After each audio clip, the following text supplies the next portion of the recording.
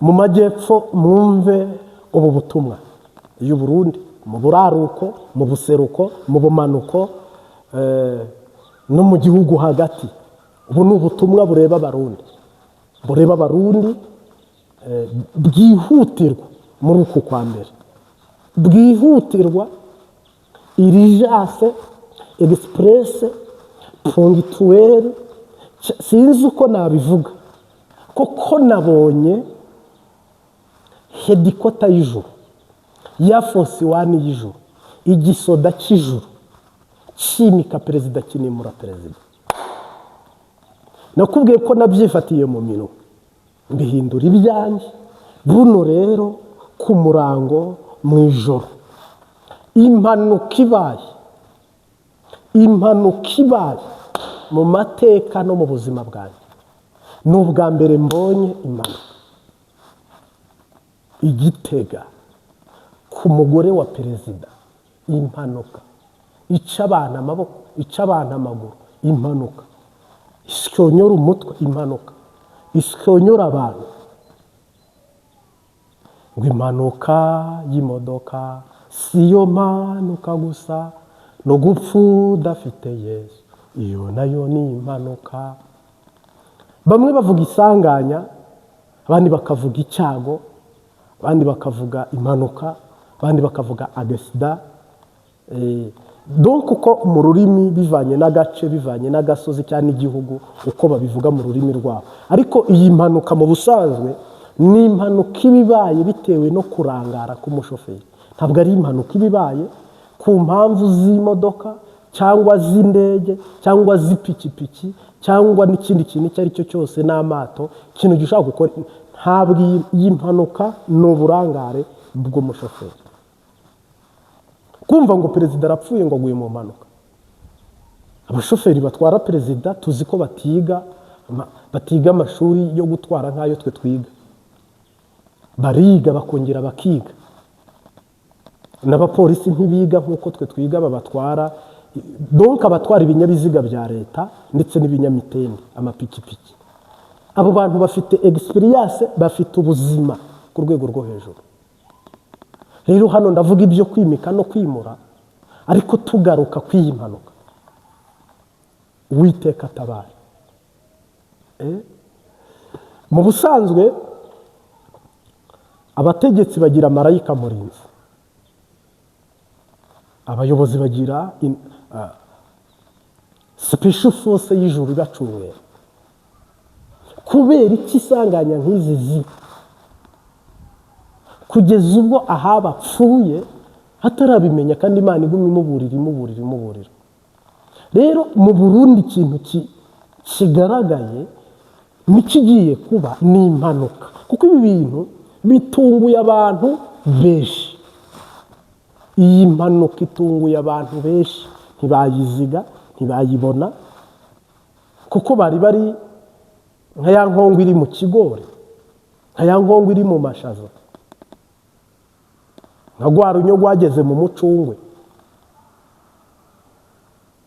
Ibyo bintu byose ari umuntu ugera ahantu akadamarara mu mutwe no mu mutima. Niyo mpamvu umutungu guhirima kwa CNDD-FDD kuvaho ku butegetsi bwa Evariste Ndayishimiye ni ikintu gitunguye abantu.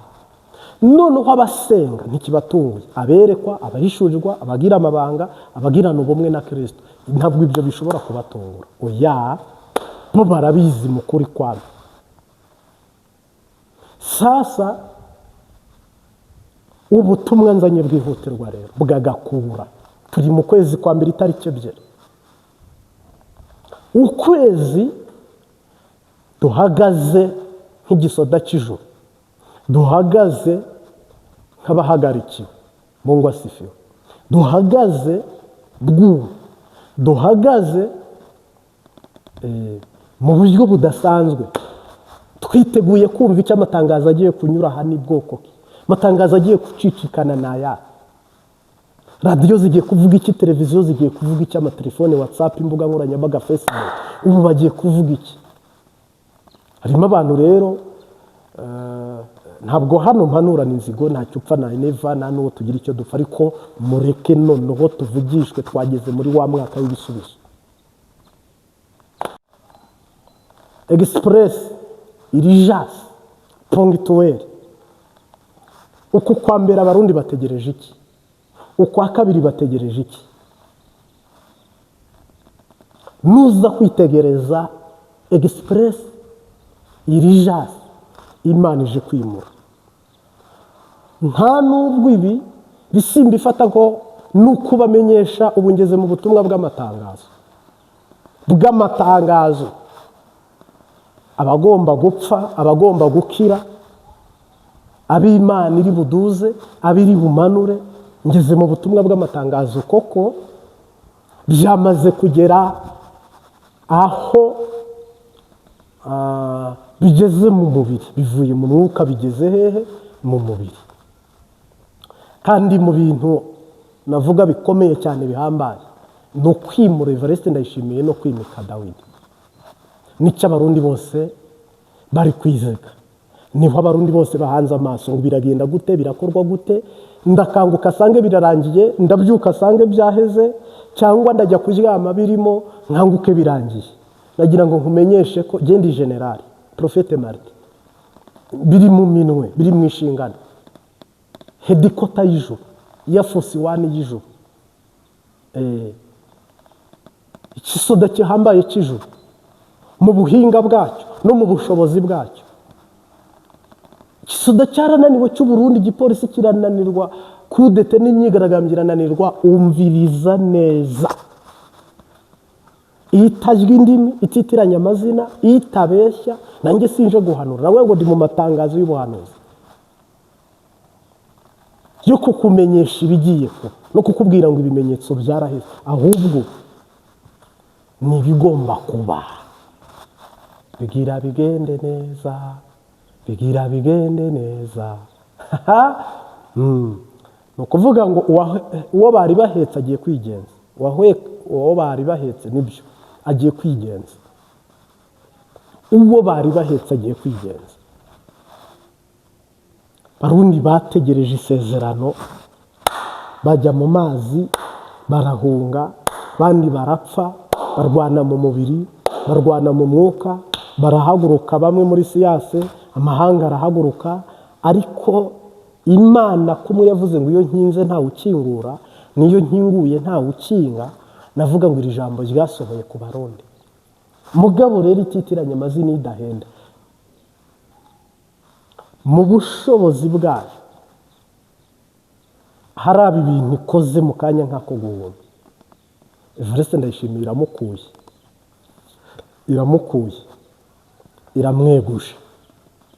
iramweguje, wasanga utabyumvise.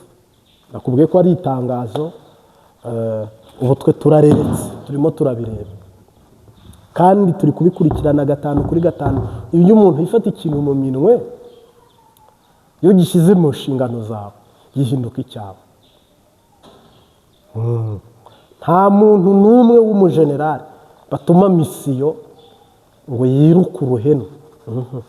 Ngiye rero ndi generali udatinya urugamba, utiruka, udatirisha, generali furu. Ku rugamba mpunge, ku rugamba ntinye, nka rute soti jamais. Ndarwana nka generali. Kandi kunyohereza muri misiyo, nkajya gukora operasiyo, kambwira ngo yaferinze. Sababu gani juu ya nini feringa? Twebwe mu mazi, mu kirere, ku butaka, igihugu kirapanze, twariyubatse. Buno rero ubuhanuzi bushyizwe mu bikorwa. Abantu yenda bahanura ibyo batirisha ku Mbabazi TV 3, ntabwo uzumva ibindi kuvuga ko hari ahandi wabyumvise. Oya, unabyumvise wasanga ababivuze barabivuze mbere ya 2015. Ntabwo ndiye umwana w'umuhanuzi rero, ariko hari ahandi uzajya wumve yindi ibindi guhanura n'undi ari buza bihanura, kuko yenda yironderera views cyane ibindi. Mugabo hazabonesha nuvuga ngo iravuze itavuze. Ntabwo rero ndi umuntu wo gufatwa uko Imana yavuze kandi itavuze. Juya ni Barundi kazi, shuti bavandimwe, umwami Yesu ahabwe icyubahiro. Twinjiye rero muri kwa kwezi kwa mbere Imana yasezeraniye abarundi, twinjiye muri kwa kwezi kwiza, navuga ngo ni ukwezi k'umugisha, no gukurikiye n'umugisha kuri bamwe, kukaba ibibazo ku bandi. Uku kwezi ni ukwezi mukwiye kwigengesera, ni ukwezi abantu bakwiye gutaha kare, ni ukwezi abantu batakwiye kuba bari kure y'ingo zabo cyangwa y'imihana yabo, ni ukwezi navuga ngo abantu bakwiye kurereka isaha ku isaha, ahantu waba uhagaze cyangwa waba uherereye, itegura ubutabazi mu izina rya Yesu Kristo, ku gihugu no kuri wewe. Mungu asifiwe. Ni ukuvuga ngo marayika waje mu kwa mbere nushyira mu bikorwa ntabwo ari utanga ibimenyetso. Jewe ni generali profete Marite, narakubwiye ngo Imana yampaye ubutware bwo kubyifatira mu minwe nka generali furu rero. Uku kwa mbere hari ingabo zije gutabara, kandi zihambaye, kandi zidakengerwa, kandi zidasuzugurwa. Amakuru mbazaniye, amakuru mashya, hari ingabo Yesu we zitameze nka za zindi zirukanwe muri Kongo, zitameze nka za zindi ziva inyama n'amaraso, ahubwo ingabo zikurizi zaje gutabara Abarundi. Urahumiwe kiranka diyeshezere.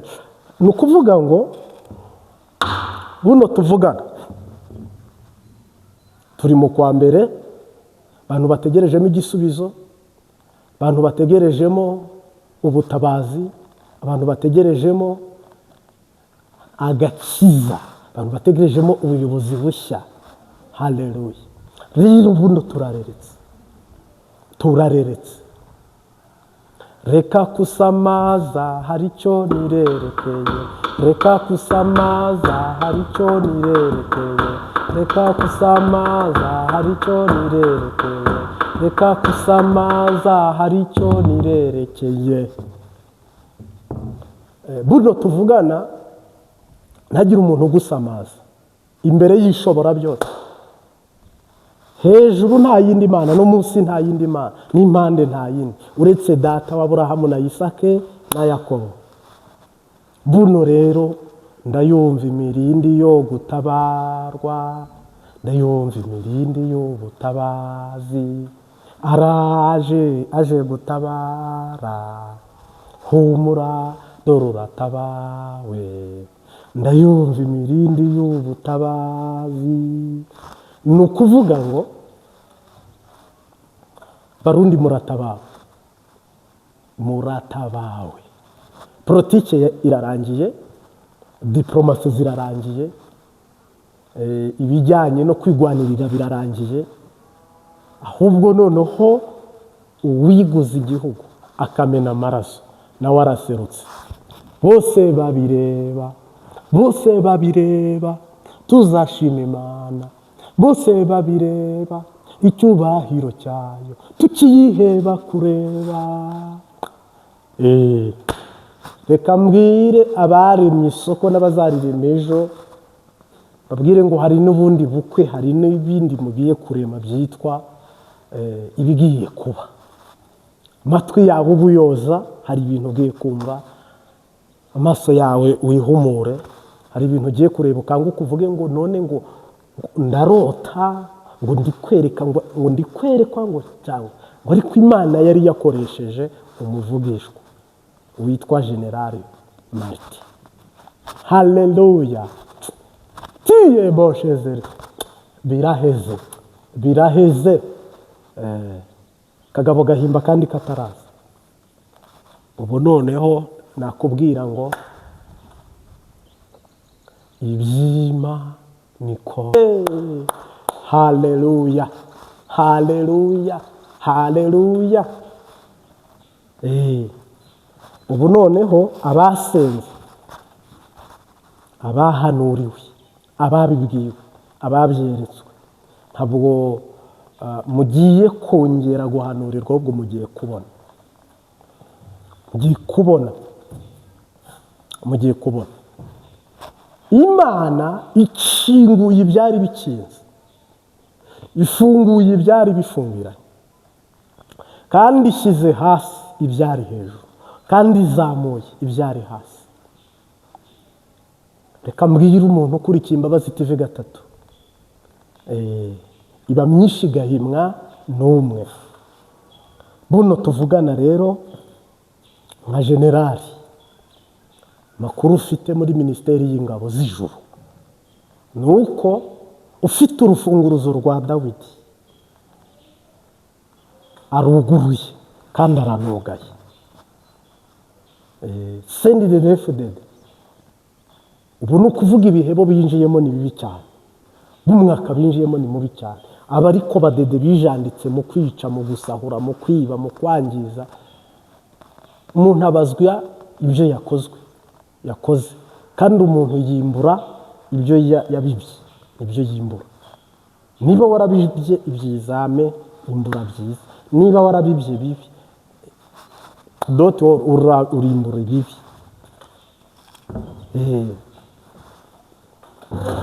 Sasa ku kwezi kwa mbere muri areti abarundi barareretse ubuhanuzi ku Mbabazi TV gatatu, Imana itambutsaho bwo kwimura no kwimura.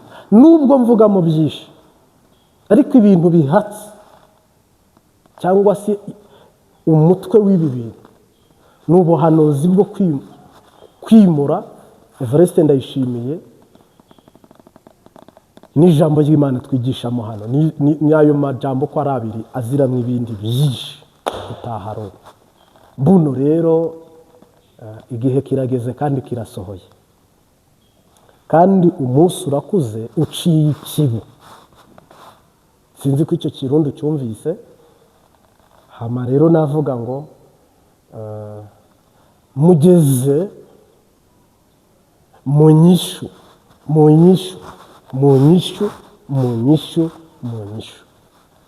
Igikombe kirasesetse. Yesu wababa aravuga aya magambo yeruye ati, biremwe nona, biremwe nona.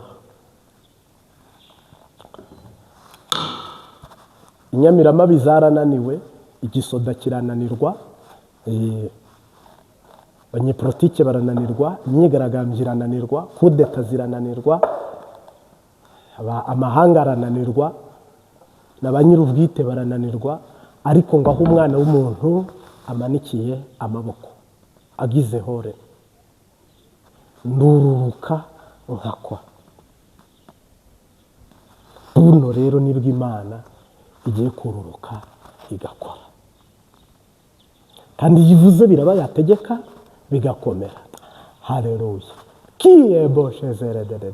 Rero barundi kazi, hari igihe umuntu yikorera, akikorera, agashyira hano akananirwa, agashyira hano akananirwa, agashyira hano akananirwa, akaguma yikoreye, ariko ntakitagira iherezo. Buno Uwiteka Nyiringabo Imana ashyizeho iki? Iherezo. Iherezo. Nk'umuhanuzi, rega nta ndimi ebyiri, isoko ntiyavamo amazi meza n'amabi icyarimwe. Genda umuhanuzi, dushyizeho iki? Iherezo.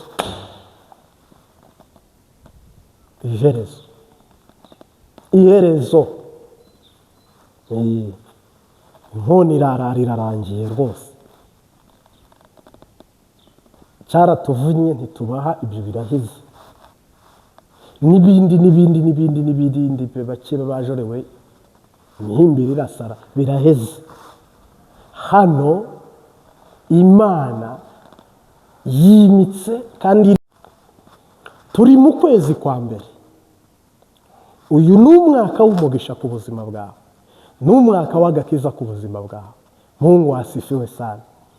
Igitabo cy'Ibyahishuwe igice cya 3 umurongo w'7 haravuga ngo shize imbere yawe urugi rukinguye. Ntabwo ari urukinze, shize imbere yawe urugi rukinguye.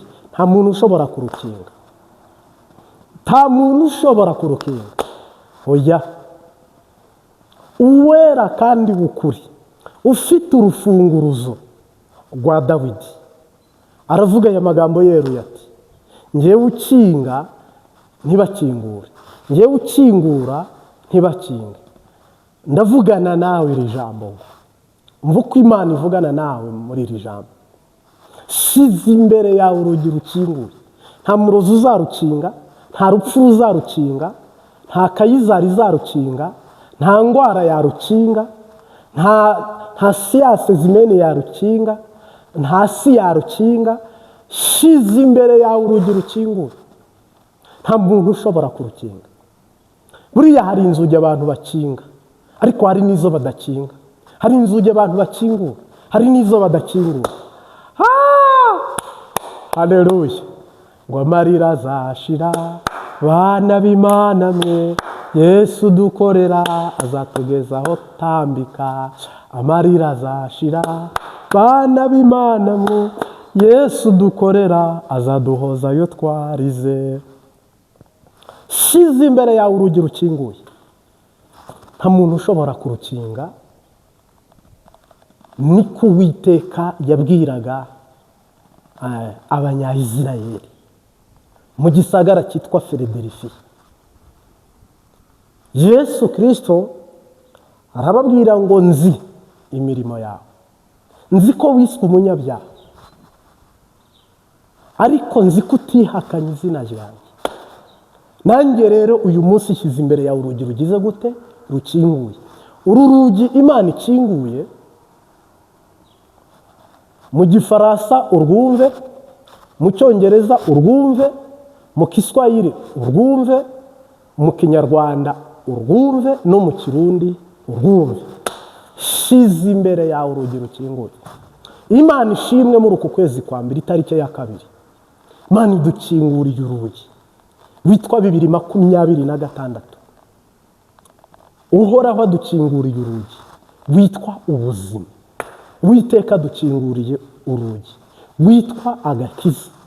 Uwiteka adukinguriye urugi witwa baho. Kandi ubeho utari imbohe ya Farawo, ubeho utizenguruka ko nka bimwe Abanyamisiri batugiriye. Shize imbere yawe urugi rukinguye. Uruzi kundusha. Imana yakingura urugi rwo gucuruza ku buzima bwawe. Uwiteka yakingura urugi rw'akazi ku buzima bwawe. Uwiteka yakingura urugi rwo kubaka urugo ku buzima bwawe, kandi agahita ashyiraho icyo bita gasopo ko nta muntu ushobora gukinga urugo. Imana imaze kugukingurira kubaka urugo, ko nta muntu ushobora kwangiza abana bawe mu gihe Uwiteka yamaze kubinjiramo. Akinguye urugi ko kugira ngo abana bawe baronke ubuzima, baronke agakiza, baronke amahoro. Shize imbere yawe urugi rugize gute? Rukinguye. Nta muntu ushobora kurukinga, nta muntu ushobora kurukinga. Twarabyaye abarozi barakinga, turapfusha, turarwaza, ubwenge barabwabura babatesha ubwenge, turazana abagore, shitani irinjira isenya ingo. Ibintu byinshi twagerageje kugurura, ariko tukabona abadayimoni bazana umuyaga wo kubikinga cyangwa kubyugara. Shize imbere yawe urugi rwuguruye. Shize imbere yawe umuryango wuguruye. Nta mupfumu, nta mubiri, nta si, nta muntu ushobora kurukinga. Niryo jambo ubundi ririmo hariya. Harimo abantu batabizi cyangwa batanabyumva. Shize imbere yawe urugi rukinguye. Ntabwo abantu babyizera uko biri, ntibanabyumva uko biri. Ntawe ushobora kurukinga. Kuba nta muntu wakingura urugi, kuba nta muntu ushobora kurukinga, ni itegeko ry'Uwiteka Imana Nyiringabo. akomanze banze ko yinjira mu masaa 4 araforosa arategeka. Arangije gutegeka ngo ibihindizo by'ibyuma bicikamo kabiri, n'ibihindizo by'ibiti nabyo bicikamo kabiri, n'iby'imiringa biratandukana, ngo arinjira. Barumirwa nyine. Akinjira arongera arategeka birikinga. Bagerageje kubyugurura biranga, bagerageje kubikingura biranga. Ubwo mu mutwe yasize yugaye, no mu mubiri arugara, hose arugara. Bo bashyiraho imbaraga z'umubiri mu buryo busanzwe, birananirana. Kera amaze kubona ko abantu bitahuye ko Kristo ari we jambo w'Imana uhoraho, warabandikira arababwira ngo mubwire abenegihugu b'i Filadelfiya, mubwire abantu tujyanye 2026, bo nanjye ndabandikira urwo rwandiko. Uwera kandi w'ukuri, arera kandi avuga ukuri, ngo avuga aya magambo yeruye ati: nzi imirimo yawe kandi nzi ko wiswe umunyabyaha, ariko ntiwihakana izina ryanjye. Nuko havuga nyine truwaseti ibyahishuwe. Ngo bare arababwira ngo ufite imfunguruzo za Dawidi ukingura ntibakinga. Ubwo bari baragerageje byaranze. Ntako utagize inshuti yanjye ngo ukingura ariko biranga. Ntako utagize ngo bikunde ariko byaranze. Horemi arababwira ngo nshyize imbere yawe urugi rukinguye, yewe Filadelfiya, nta muntu uzarukinga. Kubera ko kuva icyo gihe ntabwo Filadelfiya yigeze yihakana Imana, no mu icyo kigeragezo yaranyuzemo. Nzi imirimo yawe. Imana ishimwe, na nyuma y'igihe irakora, na mbere y'igihe irakora. Yageze kwa Lazaro nyuma y'igihe izura umuntu. Nyuma y'uko abantu bari kurya, abandi bari kwica abandi, Imana yatanze ibyo kurya bigura make, tanga ihumure. Amen. Uwiteka nta gihe wavuga ngo iyi saha ngo niho akora, iyi ntakora. Igihe cyose ahora mu biro. Niyo mpamvu yaje kotereta y'amasaha yo gukingura no gukinga. Kandi arangije arababwira ngo ni njyewe ufite ifunguzo. Wasanga utaranamenya umuntu ufite ifunguzo z'ibyawe, z'abawe, sahizo ukaba utaramumenya. Nagira ngo nkubwire ngo Uwiteka niba ufite ifunguzo cyangwa se ifunguruzo. Bibi inzu ugomba kubaka, biba ubuzima ugomba kujyamo bwiza, haba ahantu ugomba kunyura heza, Uwiteka Nyiringabo na Isirayeli niwe ufite ifunguruzo z'umurwa. Mugende muntegerereze mu murwa. Ifunguzo z'umurwa. Umurwa bivuga iki? Ubuzima bwiza. Umurwa bivuga iki? Igisagara nyine giteye imbere, kubaho neza. Niwe ufite ifunguruzo z'umurwa. Karibu rero mu murwa. Shyize imbere yawe urugi rugize gute? Rukinguye. We wari warabuze ifunguzo zakugurura hariya, waranacurishije biranga, kuko hari abagiye mu bapfumu bashakisha ifunguzo ngo bugurure. Hari abagiye kwiba, hari ababeshye, hari abatukanye, hari abibye, donc abiciriye inzira ni benshi ngo barebe ko urugi rwagira gute? Rwakuguruka. Ariko byaranze. Ariko ufite ifunguruzo za Dawidi ashyize imbere yawe urugi rugize gute? Ashyize imbere yawe urugi rukinguye rwa 2026. Tugiye kutangira uyu mwaka turi mu mugisha. Ntabwo umugisha ari uwo mpanuye uzaza muri 15 z'uku, mu 10 z'uku, oya, uhereye igitariki. Injira mu mugisha data guhaye. Uhereye uyu munota injira mu mugisha data guhaye. Tunasayiri kuabudiwa, unasayiriye Yesu, unasayiri kuabudiwa, unasayiriye, unasayiri kuabudiwa, unasayiriye Yesu, unasayiri. hari inzugi wakinguye inzugi nyinshi urondeza ushakisha, Satani arazugara. Hari inzugi wagerageje mu bana kumufasha, ku mutware wawe, donc ubu umuntu uvuga ngo nanjye shakisha ubuzima. Ariko umva uko Uwiteka avuze, shize imbere yawe urugi rukinguye, nta muntu ushobora kurukinga. Twarira ijambo, uyu mwaka ntihazagira umuntu ukugarira. Si umwaka wo koga, ni umwaka wo kugurura. Imana irurugurura, ntabwo iri bwugare. Ku buzima bwawe horaho arugurura.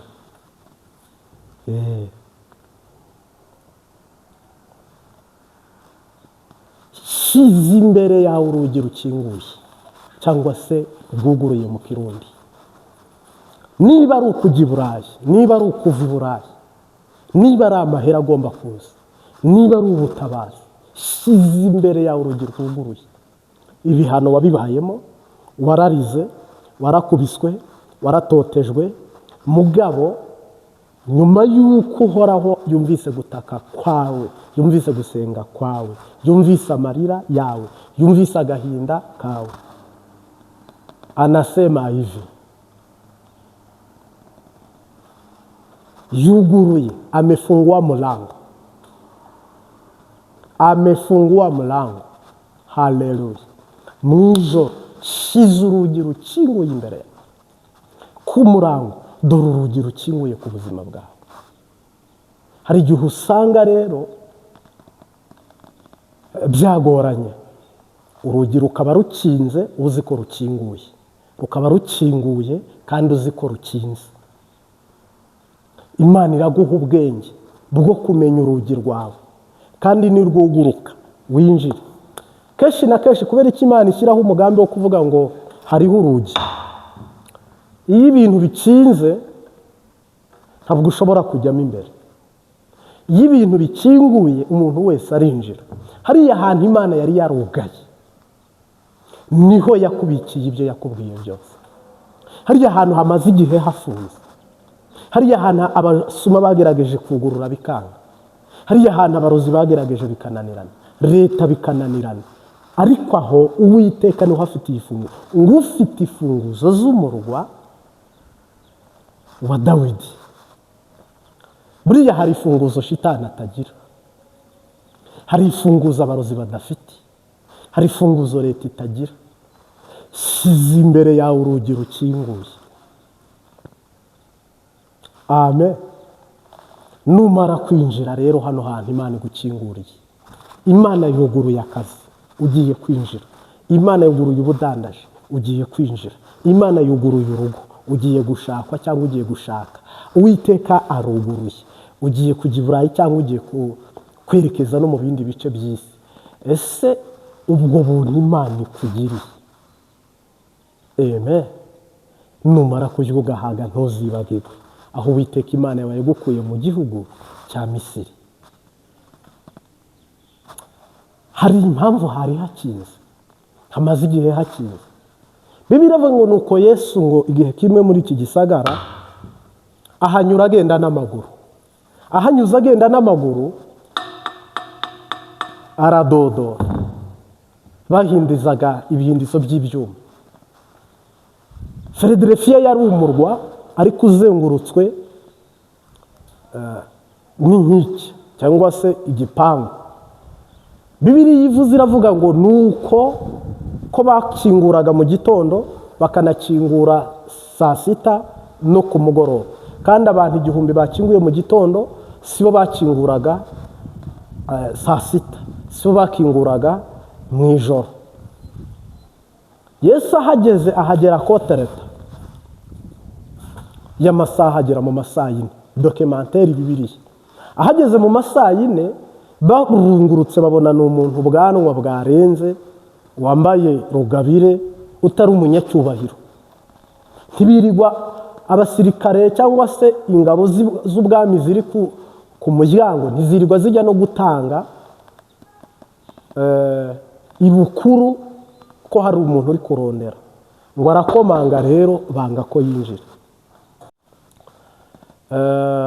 kugambirira ni ukwacu ariko gusohoza ni uk'Uwiteka. Gushaka ni ukwacu ariko gushyira mu bikorwa ni uk'Uwiteka.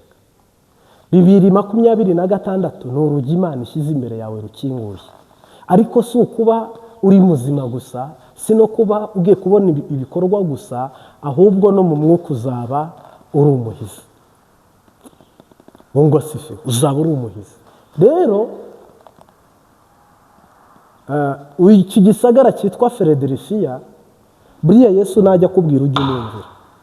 Iminsi Yesu yakomanze abinginga ababwira ngo ndabinginze mu nkingurire, ndabinginze mu nkingurire, ni nayo minsi nawe bakomanze bamusaba. Bigezeho abagirira ikigongo arababwira ngo ninjye ufite ifunguzo. Yagutambutseho hari ibintu byahise byiyugara, ariko akugarutseho. Imana ikugarutseho rwose, hari ibintu bigomba guhita byiyugurura. Haleluya. Hari ibintu bigomba kwiyugurura kuko Imana igarutse ku buzima bwawe.